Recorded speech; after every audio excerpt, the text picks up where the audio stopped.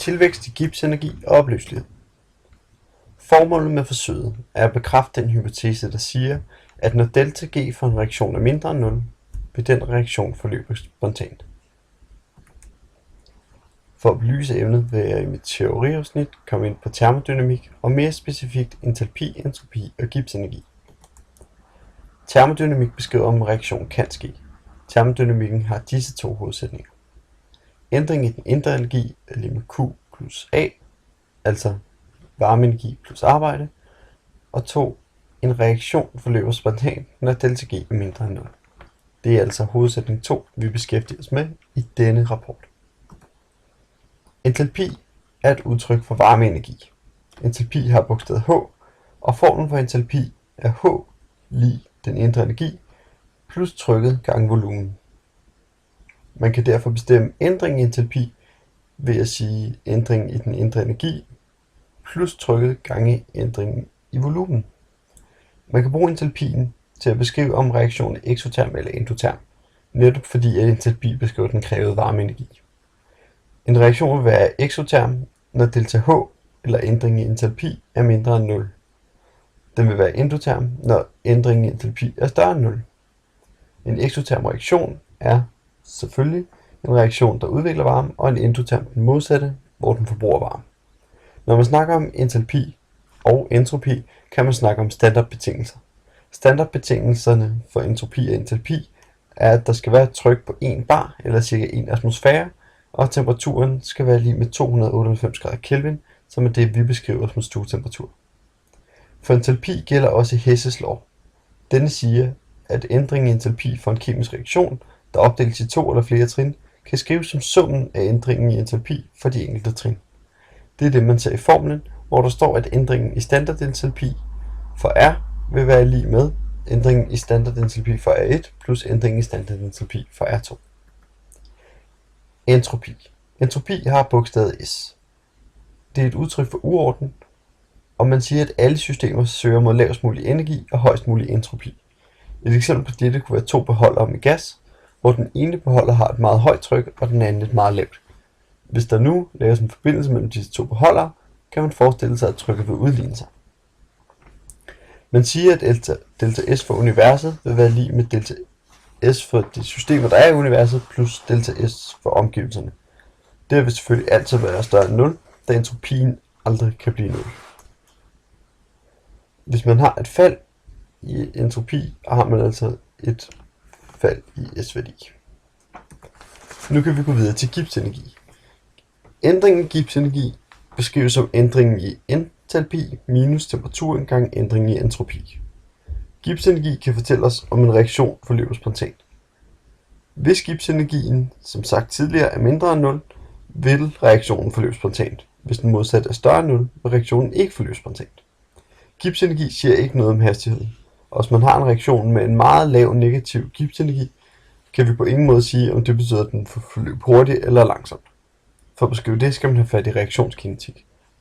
Hvis delta G er lig med 0, kan man sige, at der er indstillet sig en ligevægt, og der vil ikke ske nogen reaktion.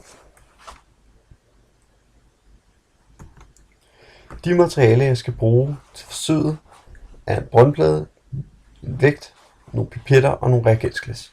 Af kemikalier har jeg 0,2 molar zinknitrat, 0,2 molar natriumhydroxid, 0,2 molar kaliumnitrat og 0,3 molar natriumkarbonat. Alle disse stoffer er i meget lave koncentrationer og derfor ikke farlige, og jeg har derfor ikke lavet opslag på GIRS. Dette er et billede fra forsøget. Man ser en pipette, der tilfører den ene af væskerne i en brønd, hvor der allerede er tilsat en anden væske. Dette gør, at der sker en udfældning, og man ser, at vandet bliver grumset. Fremgangsmåden skete ved, at jeg først lavede en beregning af, hvor meget af et af stofferne jeg behøvede. Derefter skete der en afvejning af stoffet. Så lavede jeg en opmåling af 100 ml vand, hvor i den afvejede stofmængde blev puttet i, så jeg altså havde en opløst blanding. Derefter blandede jeg det ene stofs opløsning med det andet stofs, og jeg observerede, hvad der skete. Derefter noterede jeg mine resultater. Resultater af beregning. I dette afsnit vil jeg komme ind på, hvordan jeg bestemmer den masse, der bør afleveres. Jeg vil beskrive reaktionen mellem zinknitrat og natriumkarbonat, og opstille det forventede kontra det observerede. Ligeledes vil jeg gøre det samme for calciumnitrat og natriumhydroxidsreaktion. De første beregninger er for 0,2 molar zinknitrat og 0,2 molar natriumkarbonat. Jeg har her opstillet reaktionsskemaet, hvor en zink plus ion i en akvalificeret fase plus en karbonation i en akvalificeret fase bliver til zinkkarbonat, der er solidt og derfor udfælder sig. Ændringen i Gibbs-energi bestemmes via den formel, som jeg omtalte i teoriafsnittet. Jeg finder ved opslag ændring i standardentropi og standardentropi for alle de indgående stoffer.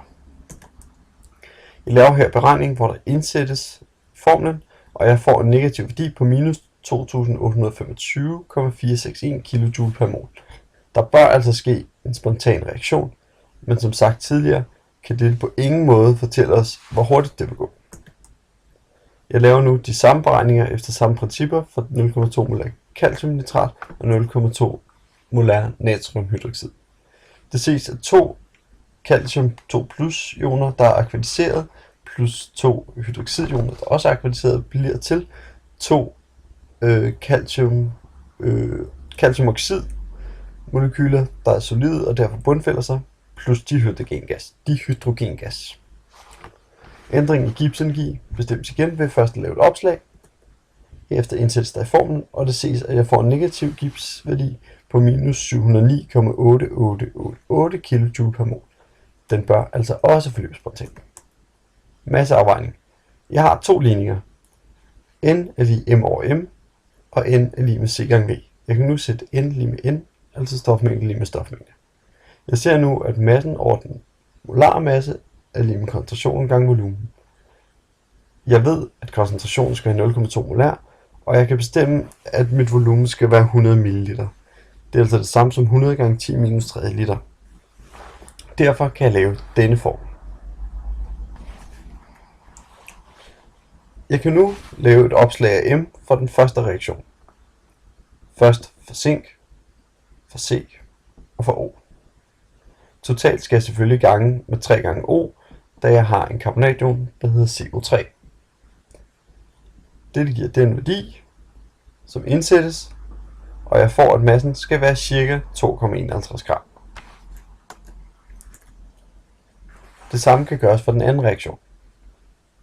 Jeg har mine calciumioner, hydrogen og oxygen. Jeg husker, at jeg skal gange med 2 hver, som det sås af reaktionsskemaet fra før. Igen indsættes der i formlen, og det ses, at jeg får en masse på 2,28 gram. Resultater. For zinknitrat og natriumkarbonat observerede jeg, at der skete en udvinding, og det samme observerede jeg for calciumnitrat og natriumhydroxid.